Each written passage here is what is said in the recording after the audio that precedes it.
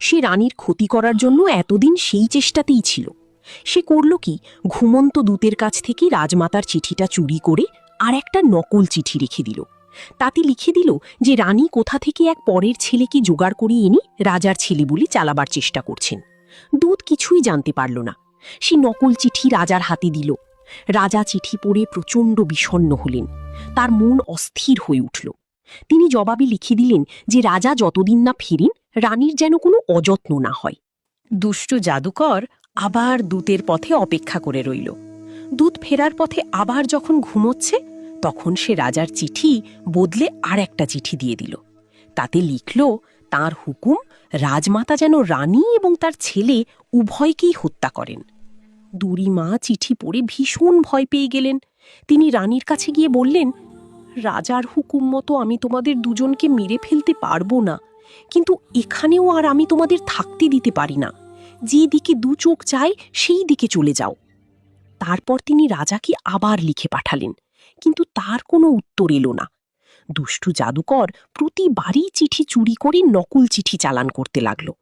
কিন্তু শেষের চিঠিটা এলো সবচেয়ে ভয়ানক। তাতে রাজা লিখেছেন যে রানীকে আর ছেলেকে মেরে ফেলবার দরকার নেই, তার বদলে ছেলের জিভ কেটে ফেলা হোক আর তার মায়ের চোখ উপড়ে ফেলা হোক। রাজার মা ছিলেন প্রচণ্ড দয়ালু।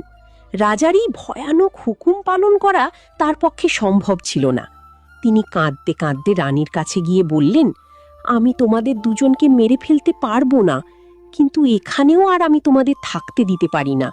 দেশ ছেড়ে চলে যাও তোমরা। তারপর তিনি রানীর পিঠে ছেলেকে বেঁধে দিলেন। বিচারী রানী কাঁদতে কাঁদতে রাজপুরী ছেড়ে চলে গেলেন।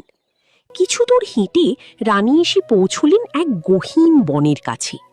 বনের ধারে এসে রানী ভেবে পেলেন না এইবার কোন পথ নেবেন। হাঁটু গেড়ে মাটিতে বসে তিনি ভগবানের কাছে প্রার্থনা করতে লাগলেন। তারপর দেখতে পেলেন একটি ছোট্ট কুটিরের জানলা থেকে আলো আসছে।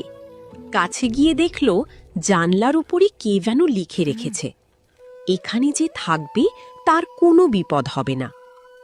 তারপর কুটির থেকে একটি কুমারী বেরিয়ে এলেন। সে ছিল সেই দেবদূতী। তার গায়ে বরফের মতো সাদা পোশাক। তিনি রানীর পিঠ থেকে ছেলেকে খুলে কোলে নিয়ে পাশের ঘরে বিছানায় শুইয়ে দিলেন। দেবদূতী রানীকে বললেন, আমি একজন দেবদূতী, আমায় পাঠানো হয়েছে তোমার আর তোমার ছেলের দেখাশোনা করবার জন্যে। তারপর থেকে রানী সেই কুটিরেই রয়ে গেলেন। এমনি করে অনেক বছর কেটে গেল।